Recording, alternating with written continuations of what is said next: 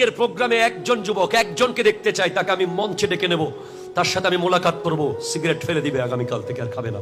একজন আসুন, আসেন ভাই। মারহাবা। আল্লাহ ইয়া রাসূল জিন্দাবাদ।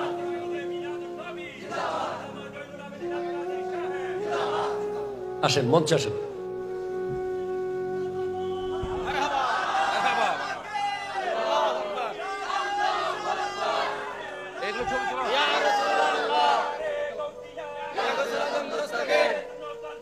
জিন্দাবাদ জিন্দাবাদ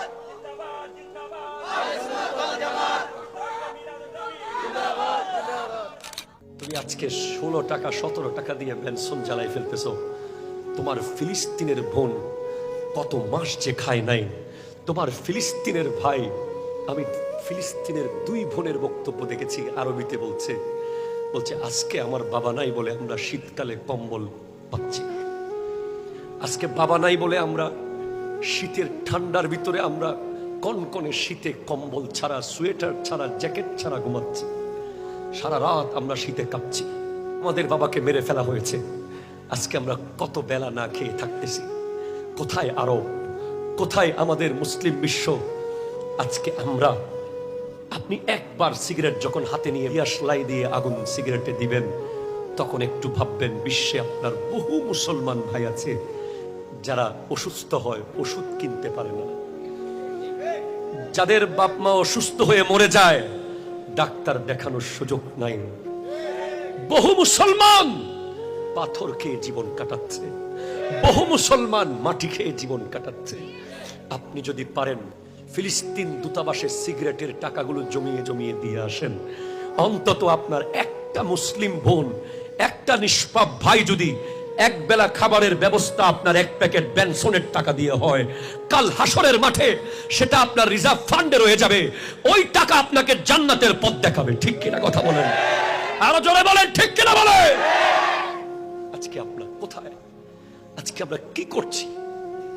এই যুব সমাজ আজকে কোথায় চলে গেছে? আজ সময় এসে গেছে, যদি ফিলিস্তিনে পাঠাতে নাও পারেন, আপনার ফটিকছড়িতে খুঁজে পাবেন এমন কোন লোক আছে, আপনার 1 প্যাকেট বেনসনের টাকা পেলে হয়তো সকালবেলার নাস্তাটা মন ভরে করতে পারত। আপনার কিছু টাকা পেলে দুপুর বেলা বাচ্চারা কিছু পেঁয়াজ আর রসুন কিনে রান্না করতে পারত। মনে রাখবেন, এগুলো ভাবতে হবে। শুধু মাহফিলে বসে মানবতার কোনো কাজ করলাম না। আমার নবীর কদমে হযরতে খাদিজাতুল কুবরা রাদিয়াল্লাহু তাআলা আনহা সমস্ত সম্পদ লিখে দিয়েছিলেন।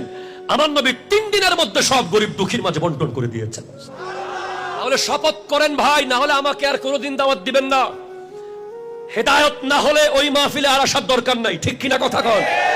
আমি দেখতে চাই তাকে, আমি তাকে আগামী 1 সপ্তাহ 7 দিনে মাত্র 5-7-35 ওয়াক্ত নামাজ, যেই যুবক জামাতে পড়তে পারবে, মাত্র 7 দিন সময় দিয়েছি।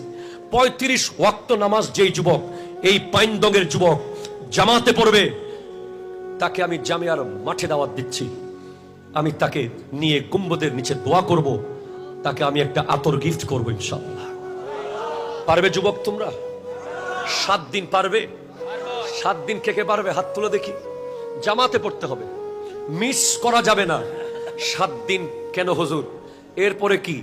7 দিন যদি তুমি 5 ওয়াক্ত মসজিদে যেতে পারো, মসজিদের সাথে তোমার প্রেম হয়ে যাবে। এরপরে 8ম দিনে মসজিদ তোমাকে ডাকবে, কই গেলি দোস্ত, আয় আমার কাছে আয়। জোরে কোন সুবহানাল্লাহ।